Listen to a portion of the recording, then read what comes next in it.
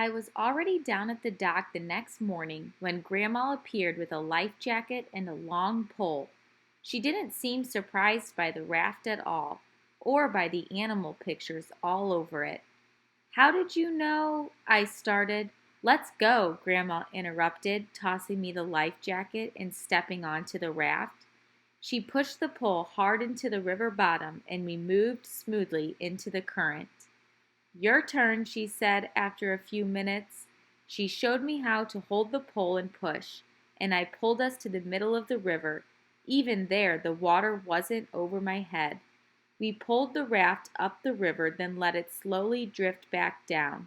The birds kept us company the whole time, soaring, swooping, singing. Some even landed on the raft and rode with us for a while.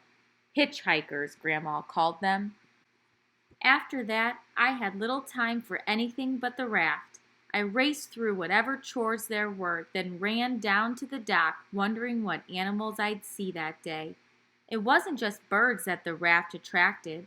One morning, 3 raccoons followed me along the shore. Another time, a turtle climbed on board and spent the morning sunning itself. And one afternoon, I saw a family of foxes slip through the trees along the river. When the weather turned too hot and sticky to sleep indoors, Grandma helped me put up a small tent on the raft. I lay on top of the cool sheets and read comic books by flashlight until I fell asleep. One night a noise woke me up. There in the moonlight stood a huge buck. He looked right at me, then lowered his head to drink as if I wasn't there at all. I found Grandma the next morning working on her bear carving.